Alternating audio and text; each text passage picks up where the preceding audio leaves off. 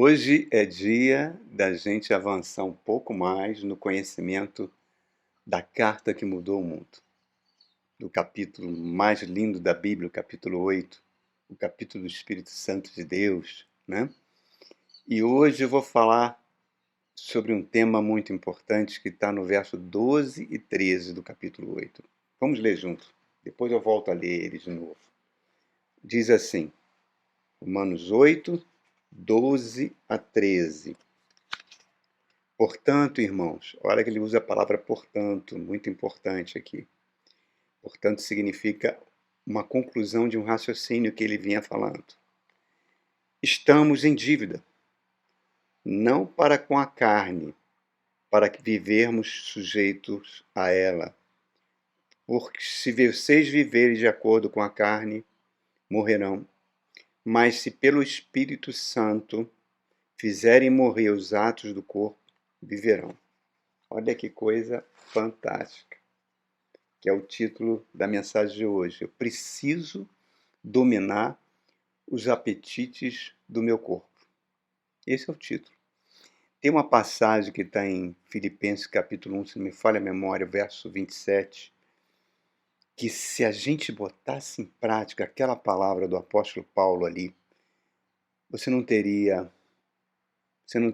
bancada evangélica, você não teria marcha para Jesus, você não teria corrupção de pastores na política, você não teria xenofobia, racismo, você não teria nada disso se a gente botasse em prática. Sabe o que está escrito naquele verso? Vivam de maneira digna o Evangelho. Se nós vivêssemos de maneira digna o Evangelho, não teríamos esses problemas.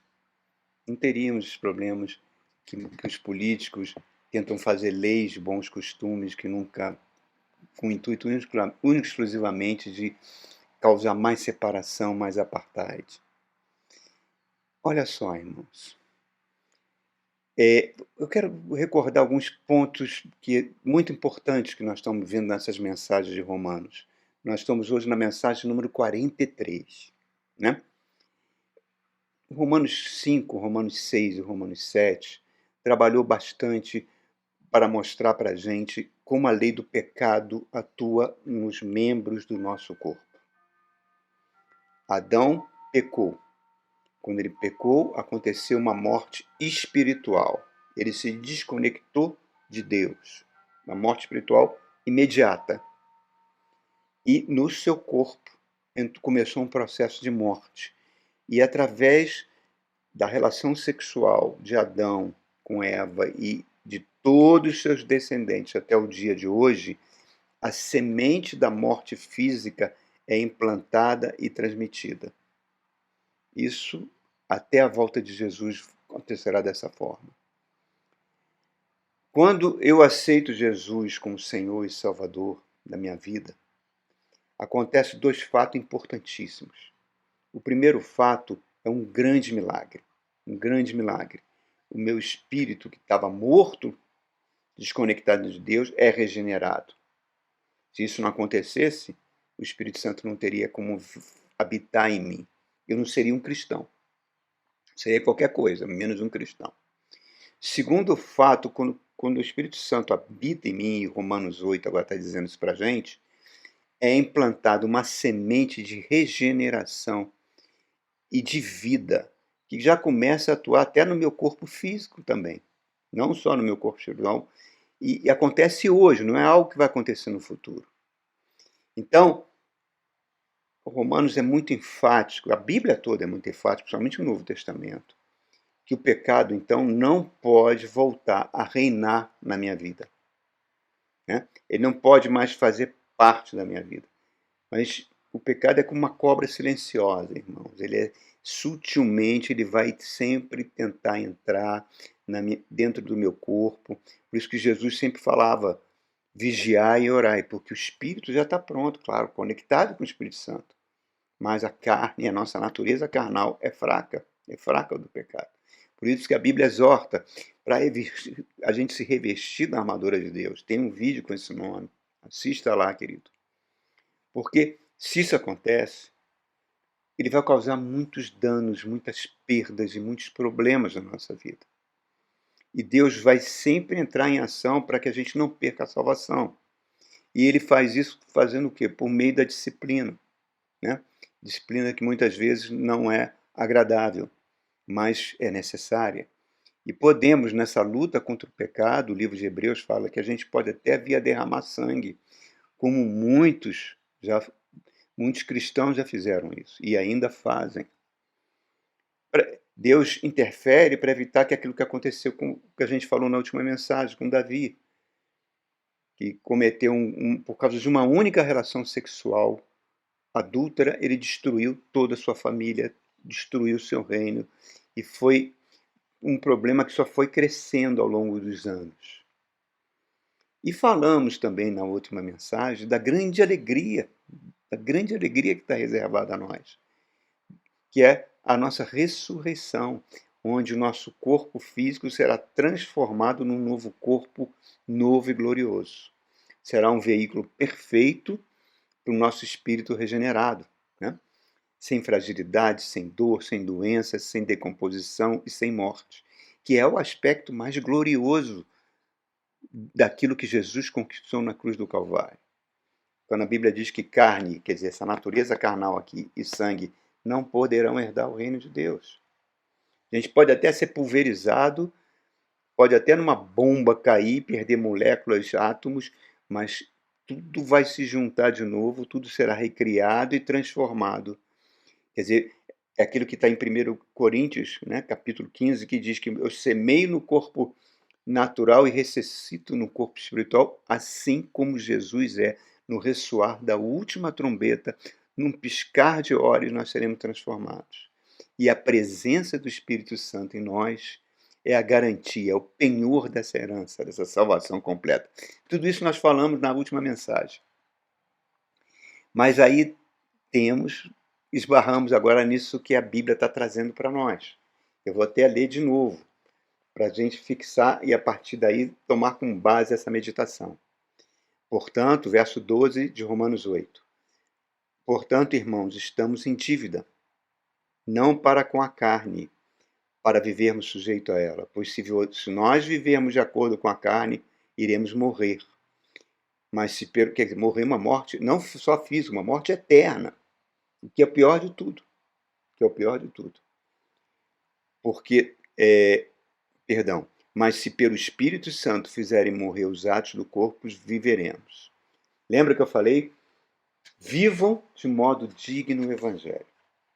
Por não vivermos o modo digno do Evangelho, é que nós temos tanta tristeza, tanta dor nesse mundo.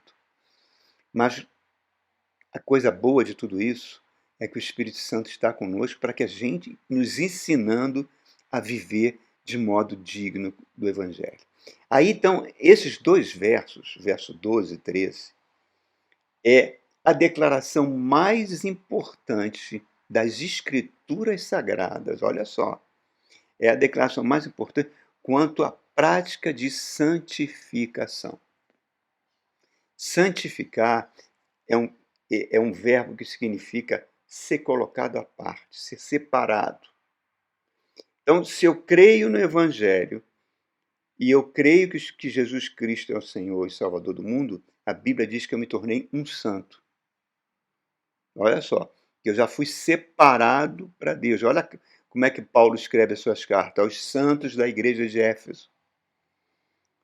Não é aquele conceito católico daquele homem com a auréola na cabeça, perfeito. Não, um santo. Eu sou, você é um santo. Nós somos santos. Nós somos separados. O Espírito Santo nos separou. Fomos reservados para Deus. Que é a coisa mais maravilhosa que existe. Mas tem uma contrapartida minha. Tem uma contrapartida minha nesse acordo. Tem uma parte que é minha. Eu preciso dominar os apetites do meu corpo, principalmente na natureza sexual. Existem muitos apetites que causam muito sofrimento, né? Se você come demais, se você bebe bebidas que não deveria beber, se você prejudica a hora de sono, se você gasta muito mais do que ganha. Tudo isso causa males terríveis na vida de uma pessoa, mas a parte sexual Nós vimos com o que aconteceu com o rei Davi, porque ela transmite a semente do pecado, é a mais perigosa de todas elas. E é ali que Satanás atua. E aí, porque a gente não entende que nós não estamos mais na esfera da carne, da nossa natureza, a nossa natureza não manda mais em nós, quem está mandando em nós é a nossa natureza espiritual, é a presença do Espírito Santo em nós, é que muitas vezes a gente acaba alimentando mais a nossa natureza carnal e a gente só colhe dor e sofrimento por isso. A carne, a Bíblia é muito clara, é inimiga de Deus. Não só de Deus, é minha própria inimiga. E eu hoje sou um cidadão do reino de Deus, né? Da Basileia, que é a palavra que significa reino de Deus. E eu tenho que viver de acordo com essa condição, irmãos. Isso é um ponto pacífico. Todo ser humano nasce sob o poder do pecado. Todo, todo. Todo ser humano nasce sob o poder da sua natureza carnal e todo ser humano está debaixo da lei de Deus. Então, todo ser humano, se não tiver um encontro com Jesus, ele é escravo do pecado. Ele não é um livre. Por mais que ele se ache livre, ele não é livre. Isso a gente vê desde a criança.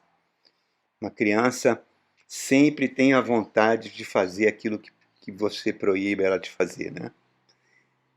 E se ela obedece, muitas vezes é por imposição dos pais ou por medo. Uma criança pirrenta, por exemplo, você manda ela sentar na cadeira, na mesa, ela não quer sentar, mas se ela senta, ela se considera como se estivesse em pé. Por quê? Porque o pecado atua desde a criancinha. Quando a pessoa se submete, já há um ato de um espírito regenerado.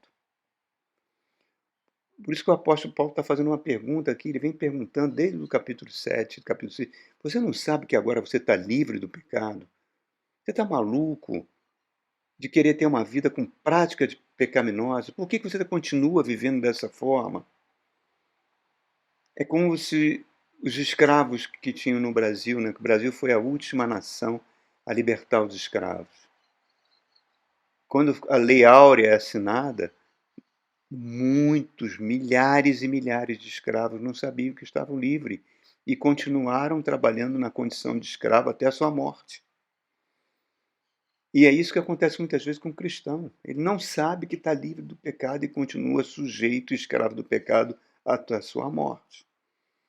O pecado, irmãos, quando a gente tem consciência que agora nós devemos mortificar a nossa carne, dominar os apetites do nosso corpo, ele passa a ser algo residual, né?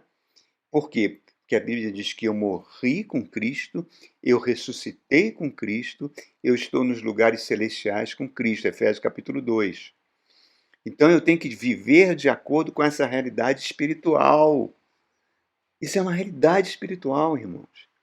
Se eu passo a viver de acordo com os apetites do meu corpo, eu estou voltando para a esfera da natureza carnal, para a esfera da morte. E o pior, eu estou ofendendo o Espírito Santo. Por isso que Paulo começou esse verso 12 com a palavra portanto. Portanto, é um argumento lógico que ele está querendo, uma ação da minha parte. Agora que você sabe toda a doutrina, agora que você é um cristão convertido, haja de acordo com isso, né?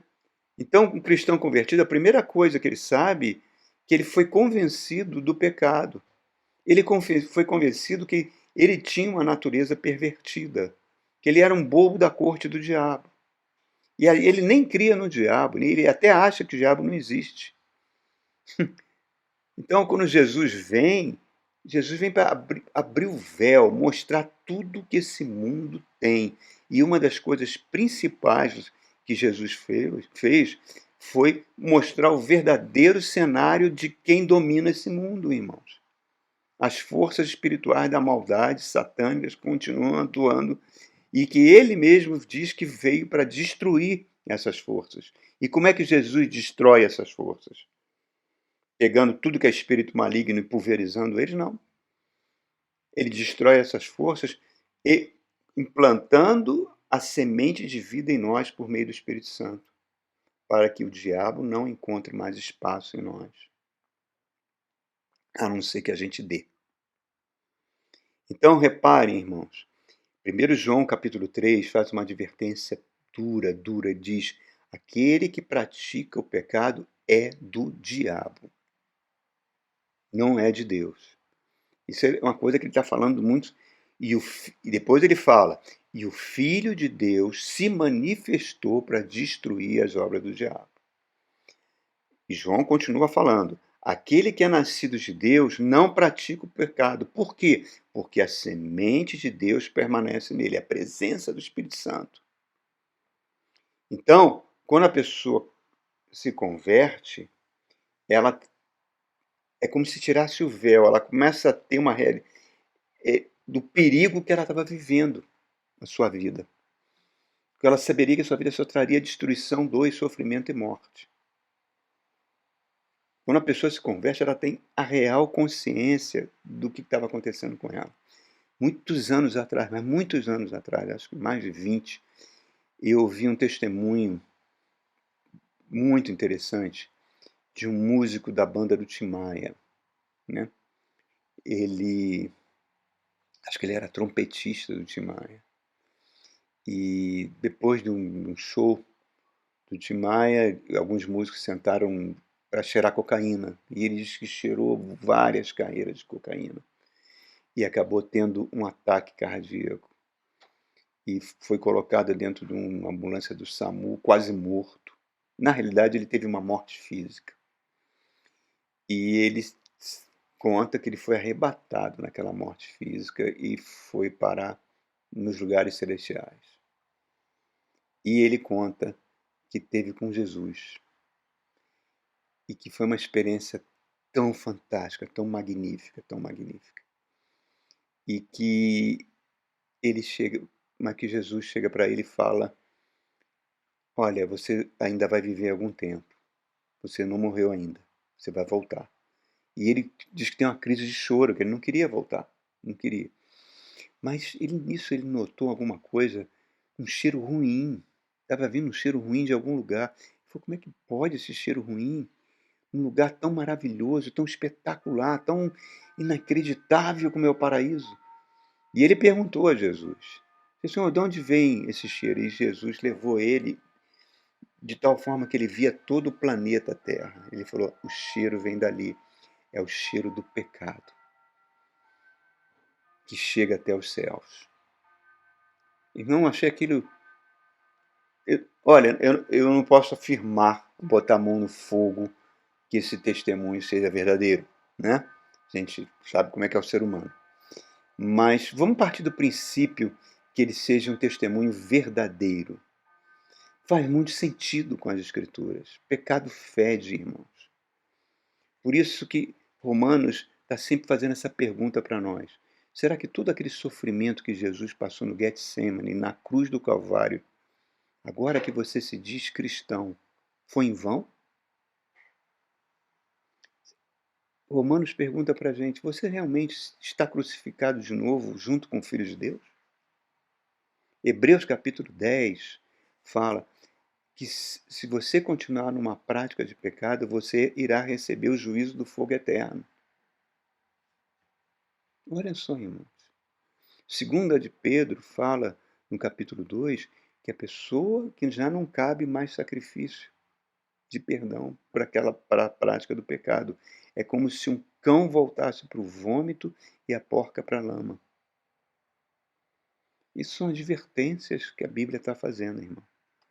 Por isso a gente olha o apóstolo Paulo aqui, nesses dois versos, é como se fosse um instrutor militar, dizendo: chegou a hora de matar o pecado, de estrangular, matar ele de fome.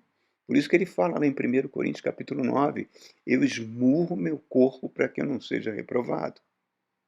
Porque eu estou agindo em consonância com o meu espírito que foi regenerado. Então, o tempo todo, irmãos, nós estamos recebendo influências do mundo. Então nós temos que buscar influências que pelo menos sejam saudáveis para a nossa alma. Bons livros, bons filmes, cuidado com os embalos de sábado à noite na terra dos filisteus. Efésios capítulo 4 fala que o velho homem se corrompe pelos desejos enganosos e que nós precisamos ser renovados na maneira de pensar e se revestir do novo homem, criado para ser semelhante a Deus em justiça e em santidade proveniente da verdade. Isso está lá em Efésios capítulo 4. Então o Novo Testamento ele traz o tempo todo a doutrina para nós. A doutrina é a base da maneira que a gente vai viver, né? A prática da doutrina ele está toda ali, irmãos, com exortações fantásticas desses homens de Deus. Apóstolo Paulo, apóstolo João, apóstolo Pedro, apóstolo Tiago, está lá nas epístolas. E o mundo, a nossa natureza carnal, o diabo e seus espíritos vão tentar sempre demover a gente da salvação. Filipenses capítulo 2 fala para a gente colocar em ação a salvação que nós recebemos com temor e tremor diante de Deus. Senão você torna-se um inimigo da cruz, irmãos. E esquece que sua cidadania está nos céus. Você vai ser governado pelos apetites do seu corpo e por uma sexualidade impura e depravada.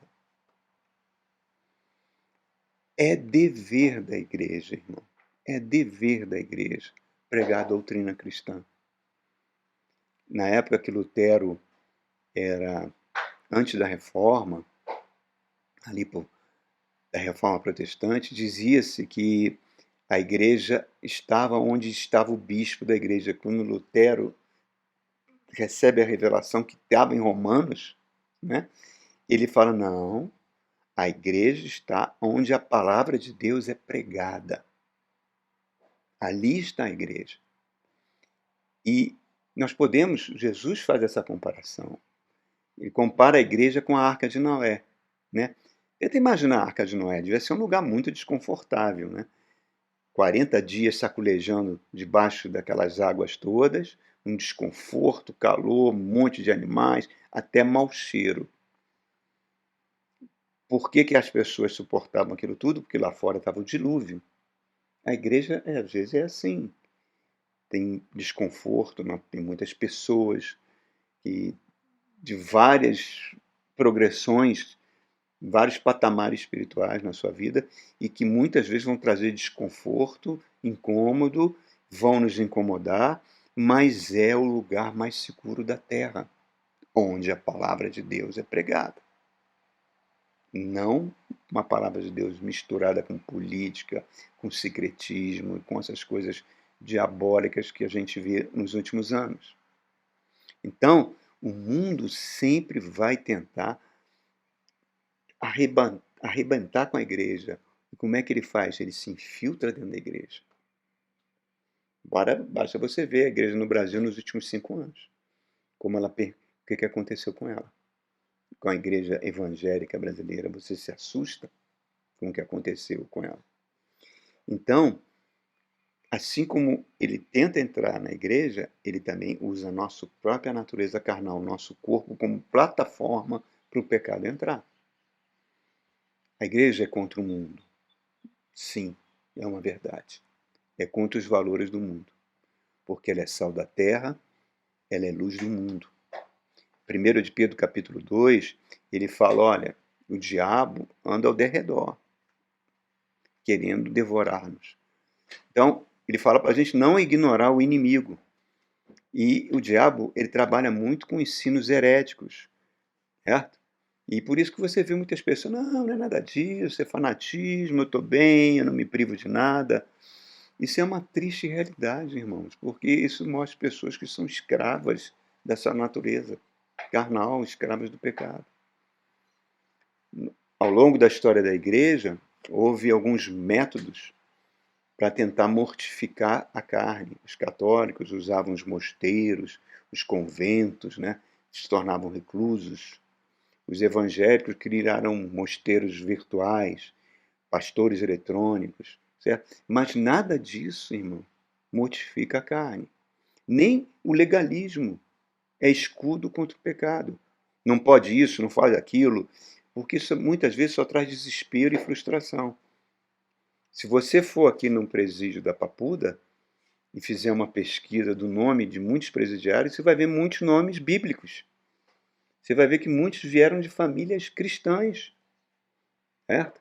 Então, qual é o método certo para mortificar, dominar os apetites do meu corpo? É pelo Espírito Santo. Por isso que Paulo está falando aqui. Se pelo Espírito Santo mortificardes os desejos da sua natureza carnal. Por isso que é uma ofensa eu dizer, eu não consigo. Eu estou ofendendo ao Espírito Santo e ao poder dele. Tudo que eu preciso para uma vida piedosa se baseia no pleno conhecimento de Jesus Cristo. Lá em 2 de Pedro, capítulo 1, o apóstolo Pedro faz alertas muito duros contra falsos profetas, falsos pastores, falsos mestres. Porque esses homens pregavam que o cristianismo não exigia renúncias. Exige sim, irmãos. Se eu não renunciar a certas práticas, eu estou ignorando os impulsos do pecado. Jesus mesmo falou isso. Se a tua mão te escandaliza, arranca fora. Se o teu olho te escandaliza, arranca fora. Querer comparar cristianismo com um trem azul, onde você entra e continua levando a mesma vida pecaminosa que você levava antes, é muito diabólico, irmãos. Por isso você tem poligamia, por isso que você tem adultério, tem corrupção em vários níveis. O evangelho não é a graça barata, irmãos, como dizia Dietrich Bonhoeffer, o teólogo alemão, pastor luterano que foi enforcado pela Gestapo na Segunda Guerra Mundial. Não é um produto barato, porque ele custou o sangue de Cristo. Jó fala em capítulo 1, eu fiz aliança com meus olhos para não olhar uma donzela. Agora, irmãos, isso tudo que eu falei aqui, nessa prática de dominar os apetites do corpo, muitas vezes a gente vai falhar. Vai sim. Mas eu tenho uma boa notícia para dar. É que nós estamos subindo uma montanha. Muitas vezes nessa subida nós vamos cair. Só que a gente não vai voltar lá para a base, lá para o sopé da montanha, não. Por quê? Porque Deus não vai permitir isso. Deus está sempre nos levando para cima. Sempre ajudando a gente a viver de modo digno do Evangelho. E muitas vezes ele faz isso usando a disciplina dele. Claro que se a gente insistir, aguarde o açoite, né? Então, qual seria a grande vantagem, terminando essa meditação, para eu dominar os apetites do meu corpo? Qual seria? Por que eu tenho que agir com relação a isso? Eu me lembro de uma passagem bíblica que Jesus está na sinagoga e tem um homem da mão atrofiada. E Jesus chama, no dia de sábado, chama aquele homem para o meio da sinagoga e aquele homem já sentiu uma vergonha muito grande, porque ele tinha uma mão atrofiada, para os judeus era considerado maldição. Ele devia se sentar lá no canto escondido, mas Jesus chama ele para o meio e manda ele estender a mão defeituosa na frente de todo mundo. Ele deve ter tido uma vergonha terrível. Mas se ele não estendesse, se ele não engolisse aquela vergonha, aquela humilhação, ele não receberia a cura. É isso aí, irmãos. É isso aí. Muitas vezes o pecado, se eu não dominar, ele vai provocar vergonha, ele vai provocar complexos. Muitas vezes a gente vai ter que ir para o meio. Muitas vezes Deus vai permitir que a gente seja humilhado para que a gente se liberte de certas práticas. Quanto isso, irmão, seja uma pessoa bem resolvida, seja bem-humorado. A gente ouve, a igreja é um hospital, as pessoas doentes que vêm para a igreja. Sim, eu até creio nessa analogia, mas só até o momento que a gente entra nela. E depois que você vai ouvindo a palavra de Deus, e ela vai te regenerando, ela deixa de ser hospital para virar um quartel. É como se o capitão Paulo estivesse gritando, pare de se lamuriar, pare de chorar, Pare de ter medo do diabo, pare de falar das coisas do mundo. Você não sabe que aquele que habita em vocês é maior do que o mundo? Está gritando, seja um homem de Deus, seja uma mulher de Deus. Chega dessa indolência, dessa fraqueza, parece uma galinha de Angola. Você já viu galinha de Angola? Quando ela pia, parece que ela está falando, tô fraco, tô fraco. Não, você é um soldado do nosso grande general. Marchem, marchem pelo Messias. Dominem os apetites do seu corpo, que pode levar à destruição. Vamos terminar lendo esses 2 versos de novo? O verso 8, do capítulo 8, verso 12 e 13. Vamos lá, vamos ler de novo, é tão lindo, irmão. Ele fala assim, ó, portanto, irmãos, estamos em dívida, não para com a nossa natureza carnal, para vivermos sujeito a ela. Pois se viverem de acordo com a natureza carnal, irão morrer, morte eterna. Mas se pelo Espírito Santo fizerem morrer os atos do corpo, vocês viverão. É isso aí. É isso aí. Disse tudo. O Espírito Santo está falando conosco. Vamos continuar, irmãos. Cabeça erguida. Viver de modo digno, de acordo com o Evangelho. Fique na paz. Um grande abraço para vocês.